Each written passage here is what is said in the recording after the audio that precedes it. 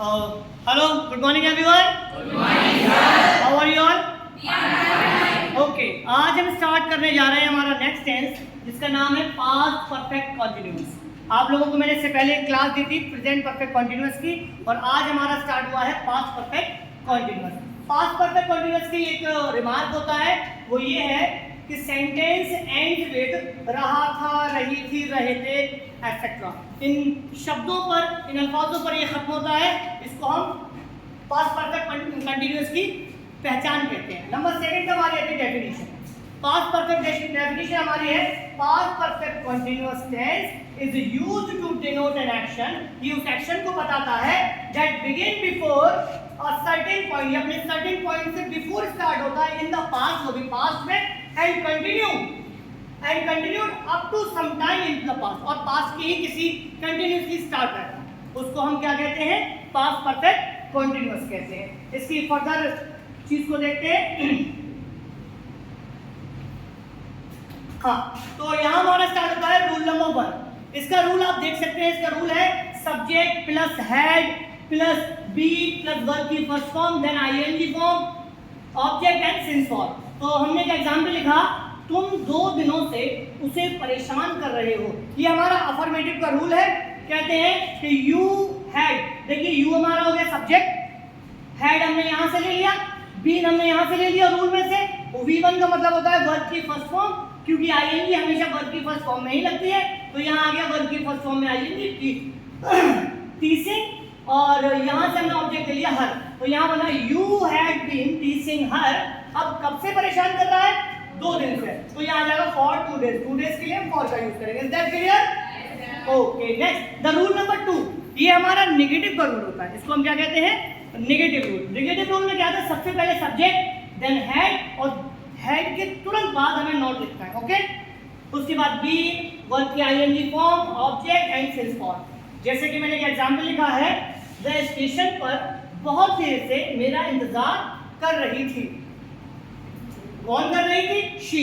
तो वह कौन यहाँ, क्योंकि ये किसी लड़की के लिए यूज हो रहा है, तो she had not been waiting for me, she had not been waiting for me at the station. Station पर कब से?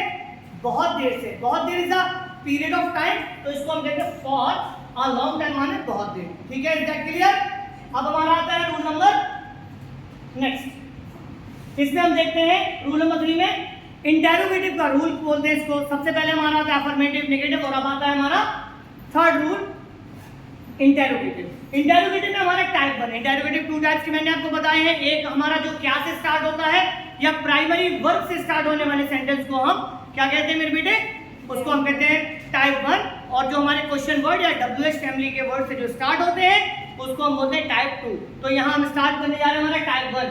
टाइप 1 में क्या करते हैं? हम प्राइमरी वर्ब्स को आगे ले लेते हैं, जैसे कि हैड, सब्जेक्ट, नॉट अगर हो तो, बीन, वर्ब की फर्स्ट फॉर्म में आईएनजी, देन सिंस फॉर्म। एक एग्जांपल है, क्या तुम्हारा भाई सुबह से टीवी देख रहा था? क्या तुम्हारा भाई सुबह से टीवी देख रहा था? तो हमने सबसे पहले हैड लिखना है, देन तुम्हारा भाई, your brother, had your brother, then not हमारा है नहीं तो नॉट को स्किप करते हैं, फिर हमारा था बीन लिख दिया, वर्ब की फर्स्ट फॉर्म है वॉचिंग, उसमें आईएनजी लगा दी, देन ऑब्जेक्ट है टीवी। अब कब से देख रहा है? तो सुबह से। सुबह से के लिए क्या लगाते हैं मेरे बेटे? Since morning. Is that clear? तो वहां पे हमारा क्या सेंटेंस बनेगा? Had your brother been watching TV since morning. Is that clear? Now the next is, ये हमारा एग्जांपल नंबर 2। एग्जांपल नंबर 2 के लिए हम क्या करेंगे? इसके अंदर हेल्पिंग वर्ब से जो स्टार्ट होगा, उसके अलावा इसमें नॉट का भी यूज होता है। तो कैसे होता है वो? क्या एक बूढ़ा आदमी 50 सालों से यहाँ नहीं रह रहा था? ओके, तो इसकी इंग्लिश कैसे बनेगी मेरा बेटा? Had an old man not been living here for 50 years। Is that clear? Okay, now the next is rule number 4, जिसको हम T2 भी कहते हैं। ये हमारा क्वेश्चन वर्ड से स्टार्ट होता है। किससे स्टार्ट होगा?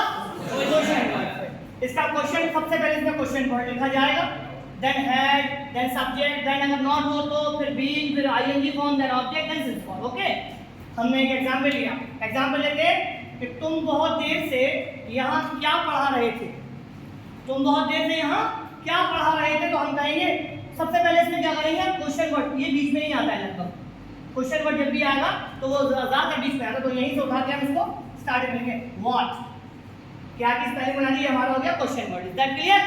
अब उसके बाद हमें हैड लिखना है। व्हाट हैड, सब्जेक्ट है you, what had you then been, what had you been, not had you तो छोड़ देंगे, व्हाट हैड यू बीन, क्या कर रहे थे, क्या पढ़ा रहे थे, teaching, what had you been teaching here, माने यहाँ, फॉर अ लॉन्ग टाइम, बहुत देर से, तो हमारा पूरा सेंटेंस क्या बनेगा, what had you been teaching here for a long time. Is that clear? Okay, अगला हम इसका एक और रूल देखते हैं, रूल नंबर 4 का एग्जाम्पल नंबर 2 हम आपको दिखा रहे हैं। एग्जाम्पल नंबर 2 क्या कहता है, इसमें हम नॉट का भी यूज करेंगे। कैसे करेंगे, तुम्हारे पिताजी एक हफ्ते से दवाई क्यों नहीं ले रहे हैं, क्वेश्चन वर्ड है, तो सबसे पहले हमने इसका क्यों, ये क्वेश्चन वर्ड यहां से पिक किया और यहां लिख दिया, व्हाई, फिर हैड योर फादर, क्योंकि इसमें नॉट है तो नॉट को हम ऐड करेंगे, why had your father not been taking medicine for a week, एक हफ्ते से आपके पिताजी दवाई क्यों नहीं ले रहे हैं, तो उसको हम क्या बोलेंगे मेरा बेटा, what had your father not been taking medicine for a week. क्या आपको मेरे एग्जाम्पल समझ में आए? क्या आपने अच्छे से इसको समझ लिया? Is there any question? No. Okay, thank you so much. अगर आपको अच्छा लगा हो तो इसको शेयर जरूर कीजिएगा अपने ग्रुप पर। Thank you so much.